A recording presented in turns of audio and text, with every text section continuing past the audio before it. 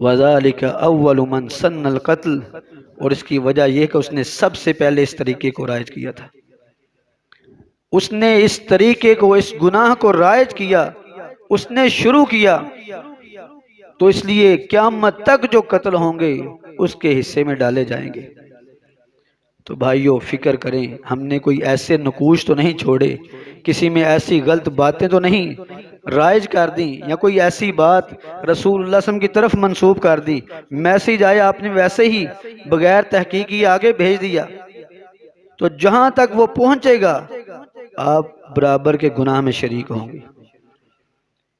اس لیے سلف صالحین نے یہ بات کہی ہے، السعید من ماتت سیئاتہ بموتی، نیک بخت وہ ہے جس کے مرنے کے ساتھ اس کی برائیاں بھی مر جائیں۔ انسان دنیا سے جائے اس کی برائیاں بھی رک جائیں تو وہ بھی نیک بخت ہے۔ اگر ہم نے ایسی برائیاں معاشرے کے اندر، اپنے گھریلو نظام کے اندر، اپنی معاشی زندگی میں، اپنی معاشرتی زندگی میں، اپنی گھریلو ازدواجی زندگی میں ایسے برے طریقے، بری باتیں، بری عادتیں چھوڑ گئے تو بھائیو مرنے کے بعد بھی ہمارے ذمے وہ گناہ ڈالا جائے گا۔ کبھی ہم نے اس بات کی فکر کی ہے؟ کبھی سوچا، کبھی پرکھا ہم نے؟ تو بھائیو آج ہم نے یہ اپنے اندر فکر پیدا کرنی ہے کہ میں نے کیا کیا، میں نے اپنے لیے توشہ آخرت کیا تیار کیا ہے؟ کیا میں نے ایسے افراد چھوڑے ہیں، ایسے دین کے کام چھوڑے ہیں، ایسے دین کی خدمات چھوڑی ہیں جو میرے لیے بخشش کا ذریعہ بن جائے؟ یا پھر دنیا اللہ نے دی اور دنیا کا مال دنیا پر ہی لگا کے چلے گئے؟ دنیا کا مال دنیا پہ لگا دیا، یہ کوئی سعادت مندی اور نیک بختی نہیں ہے۔ حضرت عیسیٰ ابن مریم علیہ السلام ایک سفر پر جانے لگے، خیر کا کام تھا، نیکی کا کام تھا۔ آپ کے سفر میں ایک یہودی بھی شریک ہو گیا، وہ بھی اپنے لیے گھر سے کوئی کھانے پینے کی چیز لے کر آیا تھا، 2 روٹیاں اس کے پاس تھیں۔ عیسیٰ علیہ السلام کے پاس 1 روٹی تھی، گھر سے نکلے، اس یہودی کو علم ہوا کہ ان کے پاس تو صرف 1 روٹی، میرے پاس 2 روٹی ہیں۔ وقت ہوا عبادت کا، عیسیٰ ابن مریم علیہ السلام نماز میں مصروف ہو گئے۔ اس یہودی نے اپنے توشہ سے 1 روٹی کھا لی اور باقی 1 روٹی چھوڑ دی۔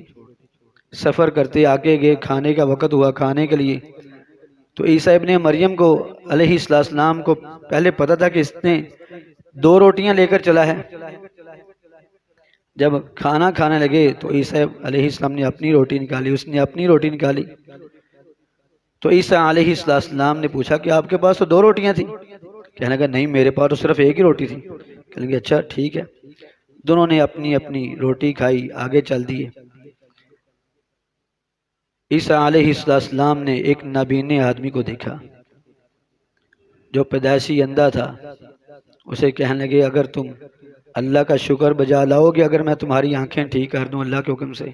کہنے لگا کیوں نہیں، مجھے اور کیا چاہیے، میں تو اللہ کا شکر گزار بندہ بن جاؤں گا۔ عیسیٰ علیہ السلام نے اس کی آنکھوں پہ ہاتھ رکھا، اللہ کا نام لیا، دعا کی، اس کی آنکھیں ٹھیک ہو گئی۔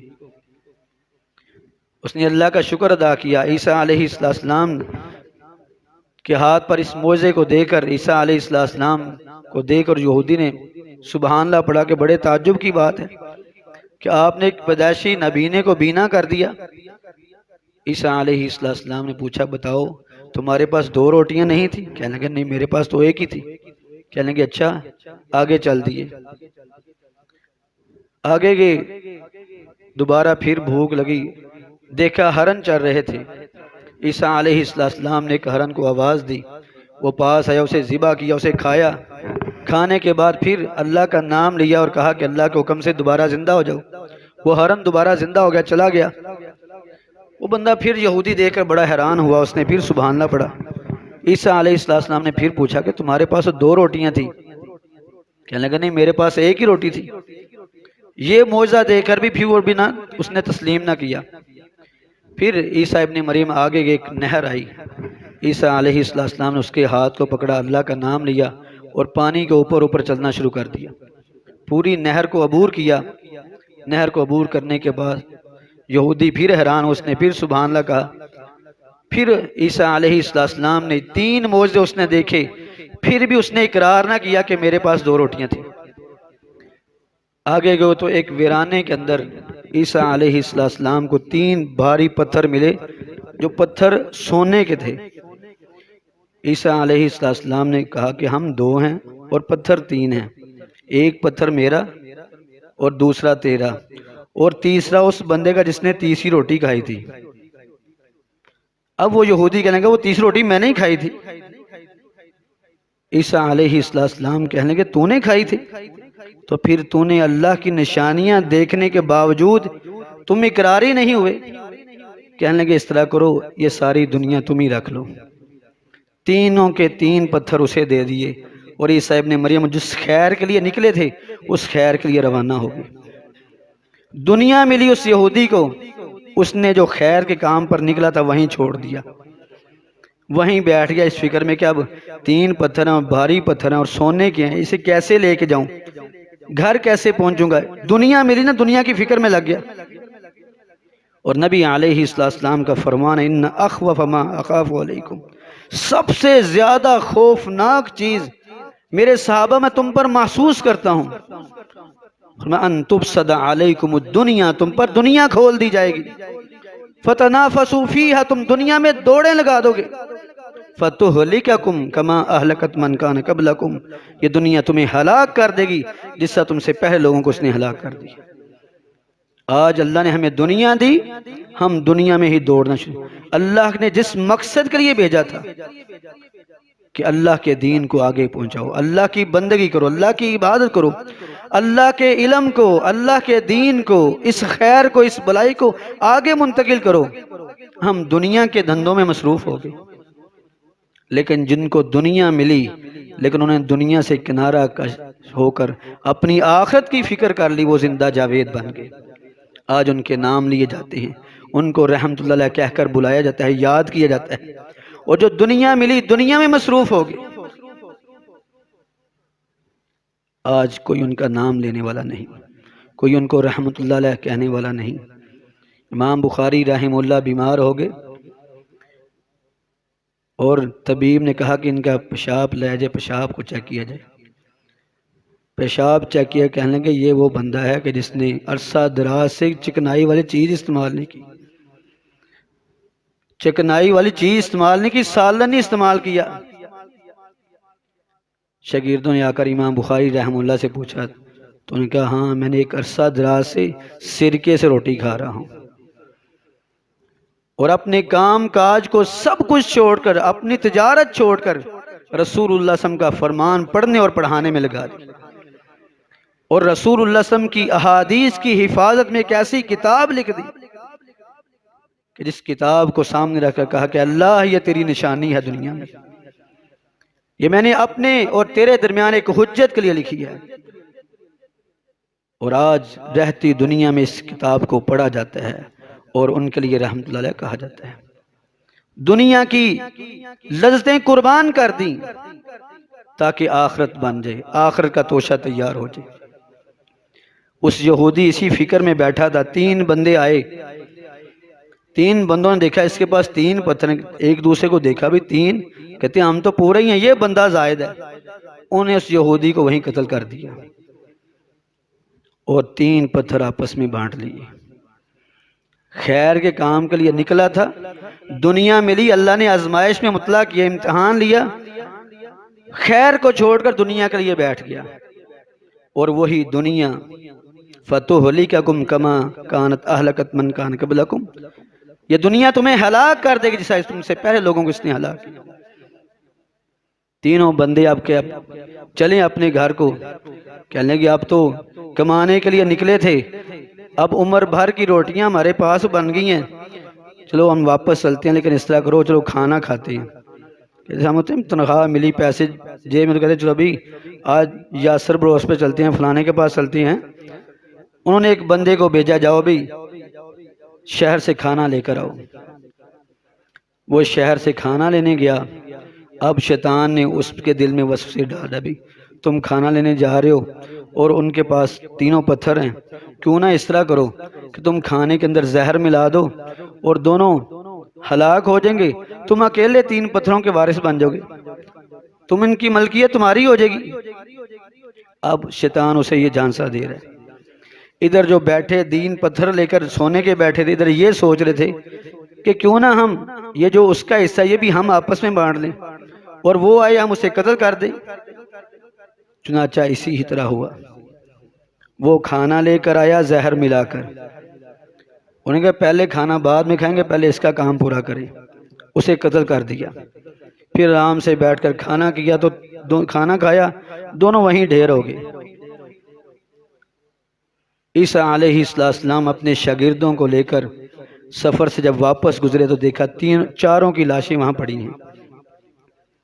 حضرت عیسیٰ ابن مریم علیہ السلام نے اپنے شاگردوں کو مثال بیان کی، پورا ماجرا بیان کی، اور میں دیکھو دنیا میں رہ جائے گی، دنیا میں رہ جائے گی، ہم میں سے ہر ایک کو دنیا ملی ہے، دنیا کا ایک حصہ ملا ہے، خوش نصیب وہ ہیں جو اس حصے کو آخرت کے لیے لگا کے چلے گئے۔ آج میں نے مکان بنایا، پیسہ لگا دیا، جو نصیب میں دنیا ملی تھی وہاں کھپا دیا، کل اولاد آئے گی وہ اسے گرا کر اپنا نصیب وہاں لگا دے گی، ان کی اولاد آئے گی وہ اسے گرا کر اپنا نصیب لگا دے گی۔ لیکن خوش نصیب انسان وہ ہے جس کو ملا دنیا میں حصہ اور اس نے آخرت کے لیے توشہ تیار کر لیا، اس نے اپنے آخرت کے گھر کے لیے لگا دیا، کھپا دیا، خود تھوڑے پر گزر بسر کرتا رہا، قناعت کو اختیار کر لیا، تھوڑے پر گزر بسر کیا، آخرت کے لیے کھپا دیا، لگا دیا، وہ اس کے لیے باقی رہنے والا ہے۔ اسی لیے اللہ ہمیں ما عندکم ینفد وما عند اللہ باق، جو تمہارے پاس ہے وہ فنا ہونے والا ہے، وما عند اللہ باق، اور جو اللہ کے ہاں ہے وہ باقی رہنے والا ہے۔ دنیا میں تم نے 30 لگائے، اللہ اس 30 کو 30,000 بنا کر آخر میں دے دے گا۔ من جاء بالحسنۃ فلہ عشر امثالھا، جو ایک نیکی لے کر آئے گا اللہ اس کی 10 بنا کے دے گا، 10 سے 70، 70 سے 700، کئی 100 گنا بنا کے دے گا۔ اور نبی علیہ السلام نے فرمایا کل امرئ تحت ظل صدقتہ یوم القیامہ حتی یفصل بین الناس، اور ایک میں حتی یقضى بین الناس، قیامت والے دن ہر بندہ اپنے صدقے کے سائے تلے ہوگا، جو اس نے خیر میں، یتیموں میں، مسکینوں میں، اللہ کے گھروں پر، مدارس میں، مساجد میں، دین کی کتب میں جو اس نے خیر پر لگایا تھا وہی اس کے لیے سایہ دان بنے گا، وہ اسی کے سائے میں کھڑا ہوگا۔ اور اس نے دنیا میں رہ کر آخرت میں سائے کی نافکر کی، دنیا کا مال دنیا پہ لگا کے چلا گیا، دنیا پہ کھپا کے چلا گیا، تو اس کے لیے سائے کا بھی بندوبست نہیں ہوگا۔ تو بھائیو، ہم میں سے ہر شخص سوچے، یہ فکر اپنے اندر پیدا کرے کہ میں نے کیا کیا ہے۔ میں نے دنیا تو اپنے لیے اکٹھی کر لی، اپنی اولاد کے لیے دنیا کی فکر تو کر لی، لیکن اس اکیلی جان کے لیے، آخرت کے لیے توشہ کیا تیار کیا۔ جب ہم دنیا سے جائیں گے، صرف ایک سانس کا فرق ہے اس دنیا، دار دنیا میں اور دار آخرت میں۔ سانس رکی نہیں، تم آخرت ایک افسانہ بن جاؤ گے، ایک یاد بن جاؤ گے، جو ایک حقیقت تھی وہ ایک یاد بن جائے گی۔ جو اولاد صدقے واری جاتے تھے، بڑی محبتیں کرتے تھے، ساتھ ساتھ چلتے تھے، جن کے ساتھ ہونے پر تم فخر محسوس کرتے تھے، وہی کہیں گے کہ جلدی کرو، جلدی دفنا دیں۔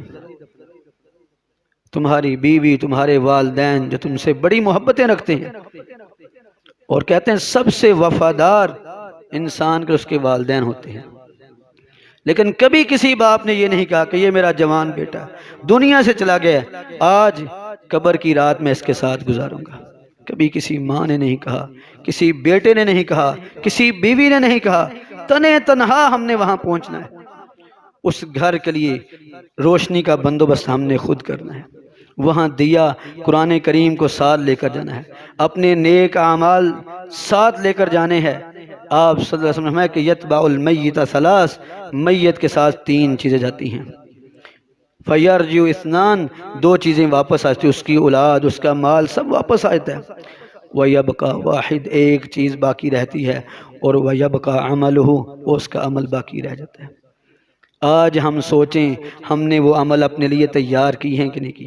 کوئی ایسے اچھے کام کیے ہیں، اچھی یادیں چھوڑی ہیں، ایسے صدقہ جاریہ کیا، ایسے نیک اعمال کیے جو رہتی دنیا تک ہمارے لیے صدقہ جاریہ بن۔ اور بھائیو یہ بھی ہماری غلط فہمی کہ ہم کہیں کہ میرے پاس لاکھوں ہزاروں ہوں گے تو میں پھر ہی اللہ کے راستے میں دوں گا۔ رسول اللہ صلی اللہ علیہ وسلم نے فرمایا کہ ایک درم 1,00,000 درم سے برکت لے گیا، فضیلت لے گیا۔ صحابہ بڑے حیران ہوئے کہ اللہ کے رسول، ایک درم 100,000 درم سے، یعنی 1,00,000 سے سبقت کیسے لے گیا؟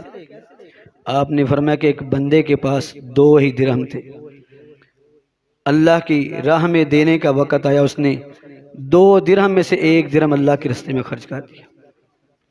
اور ایک بندے کے پاس ہزاروں تھے، اس نے اس میں سے 1,000 درہم اللہ کے راستے میں دے دیا، 1,00,000 درہم اللہ کے راستے میں دے دیا۔ فرمایا کہ افضل کون ہوا؟ جس نے اپنے آدھا مال اللہ کی راہ میں دے دیا، اور جس نے اپنے ہزاروں میں سے اگر 1,00,000 دے دیا، لاکھوں میں سے 1,00,000 دے دیا، تو اس نے اپنا آدھا مال نہیں دیا۔ تو بات تو خلوص کی ہے، بات تو نیت کی ہے۔ رسول اللہ صلی اللہ علیہ وسلم سے پوچھا گیا کہ سب سے بہترین صدقہ یہ ہے جہد المقل، تھوڑا مال والا بھی اللہ کی راہ میں خرچ کرے۔ ضروری نہیں آپ ہمارے پاس ہزار ہوں تو ہم اللہ کے راستے میں دیں۔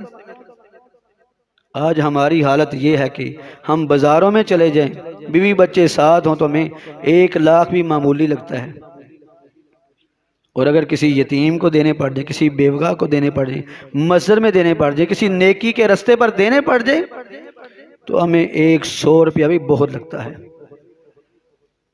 تو بھائیو فکر کیجئے، اپنے اندر یہ فکر پیدا کیجئے کہ میں نے اپنی آخرت کے لیے کیا تیار کیا، میں نے رہتی دنیا تک کون سے ایسے نقوش چھوڑے ہیں، ایسی نیکیاں چھوڑی ہیں جو میرے لیے صدقہ جاریہ بن جائے گی، جو اللہ کے نام سے منسلک ہو گئے، جنہوں نے اللہ کے نام کو بلند کیا، اپنے آپ کی فکر نہیں کی، سب کچھ اللہ کے نام پر لٹا دیا، اللہ نے ان کو زندہ جاوید بنا دیا۔ آج ان کے نام اس لیے زندہ ہیں، ان کی یادیں اس لیے زندہ ہیں، ان کے تذکرے اس لیے زندہ ہیں کہ انہوں نے اپنے آپ کو اللہ کے ساتھ منسلک کر لیا تھا۔ جیسے اللہ کو فنا نہیں، اللہ کے بندوں کو بھی فنا نہیں، ان کے ذکر خیر ان کا ہوتا رہے گا، کیونکہ انہوں نے اپنی ہستی کو مٹا دیا تھا، اپنے رب کی ہستی، اس کی شخصیت کو، اس کی جناب کو بلند کیا، اس کے نام کو روشن کیا، اللہ نے ان کے ناموں کو روشن کر دیا۔ اور جو اللہ کے کاموں میں لگ جاتا ہے تو پکی بات ہے اللہ تعالیٰ اس بندے کے کاموں میں لگ جاتا ہے۔ من کان فی حاجتی اخیہ کان اللہ فی حاجتی، رسول اللہ صلی اللہ علیہ وسلم کا فرمان ہے، جو اپنے بھائی کی مدد میں، اپنے بھائی کی ضرورت میں لگ جاتا ہے، اللہ اس کی ضرورتیں پوری کرنی شروع کرتے ہیں۔ تم اللہ کے کاموں میں لگ جاؤ، اللہ تمہارے کام خود بخود سلجھا دے گا، سدھار دے گا، یہ الجھنیں ختم ہو جائیں گی، یہ پریشانیاں ختم ہو جائیں گی۔